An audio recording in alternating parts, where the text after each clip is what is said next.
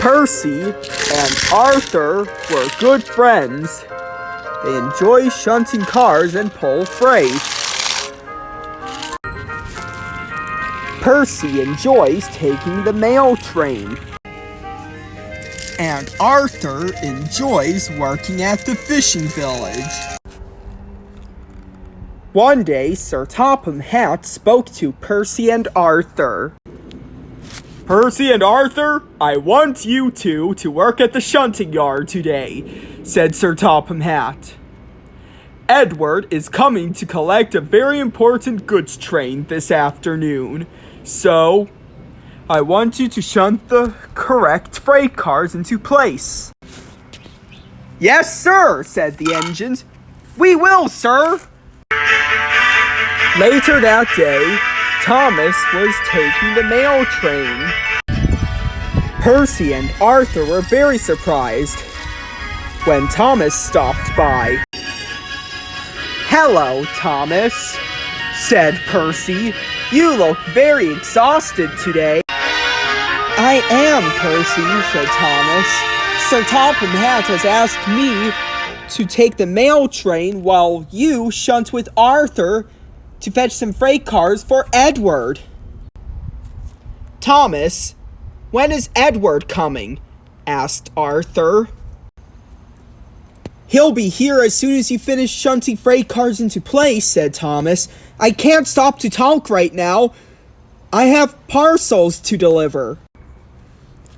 And soon, Thomas puffed away. "Now then, Arthur," said Percy, "let's go to work." First, Percy shunted the tar tanker into place. "Hey, Arthur," said Percy, "where are the other freight cars?" Soon, Arthur was shunting 2 fuel tankers into place.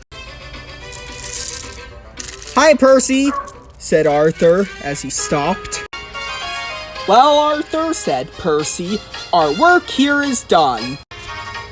"Don't we need a brake van?" asked Arthur. "No, Arthur," said Percy. "Edward doesn't need a brake van because he's a back engine." "If you say so," said Arthur. And soon, Arthur pushed the fuel tankers into the tar tanker. Percy was very happy. "Well done, Arthur," said Percy.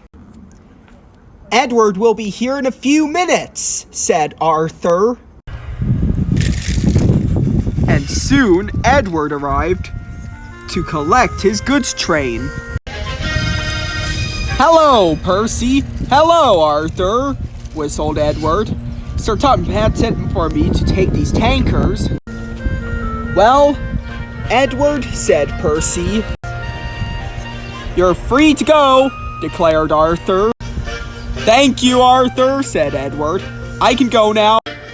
And soon, Edward puffed proudly away. Just then, the yard foreman appeared. He was not impressed.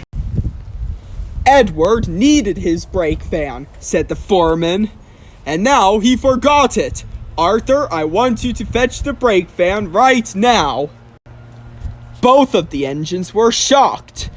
"Right, sir," said Arthur. "I'll get the brake van right now." Meanwhile, Edward was steaming proudly through the countryside. "Such a splendid day," said Edward. "All in good time." But Edward was wrong. Suddenly, he realized that he left the brake van at the shunting yard. "Driver," cried Edward, "we forgot the brake van. We must stop immediately." Edward's driver applied the brakes. Sparks flew from his wheels and landed onto some tankers. "What happened?" cried Edward. "Edward!" cried Gordon. "Your train's on fire!" "Oh no!" cried Edward. His driver quickly got out of Edward's cab, and soon he quickly uncoupled Edward from his burning train. And soon, Edward raced away like the wind, just in time. As soon as Edward was gone, one of his tankers flew off the rails and exploded. When Percy and Arthur collected the brake van, they noticed Edward returning to the shed. He was not happy. "Percy and Arthur!" shouted Edward. "You were supposed to bring the brake van over to me before I left, and now my train's on fire, so Sir Topham Hatt's going to be cross with me." "Sorry, Edward," apologized Arthur. "We're in trouble now," said Percy. "If only I'd taken the mail and Thomas shunted freight cars for you." That evening, when Percy and Arthur arrived back at the station, Sir Topham Hatt was very annoyed. "Percy and Arthur," said Sir Topham Hatt, "I thought I told you to bring the brake van over to Edward. Both of you should have listened to me." "Yes, sir," apologized the tank engines. "Here's what will happen tomorrow," said Sir Topham Hatt. "Maybe, just maybe, you can switch jobs with Thomas, Percy," said Sir Topham Hatt. "Yes, sir," said Percy. "And Arthur, you can shunt freight cars with Thomas at the yards tomorrow." "Yes, sir," said Arthur. "I'll shunt cars with Thomas instead of Percy tomorrow." "Okay, Arthur," said Sir Topham Hatt. "I will make the arrangements first thing tomorrow." And with that, Percy and Arthur felt very content.